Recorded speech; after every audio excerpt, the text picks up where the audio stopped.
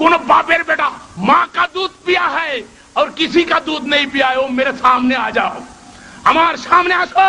ইমাম আবু হানিফা যদি মিলাদে পড়ে থাকে, আমি জুতোর মালা গলায় দিয়ে খাজুরাত থেকে চলে যাব, জীবনে ওয়াজ করব না, তোদেরকে ইসলামের পরে বনসই দেব।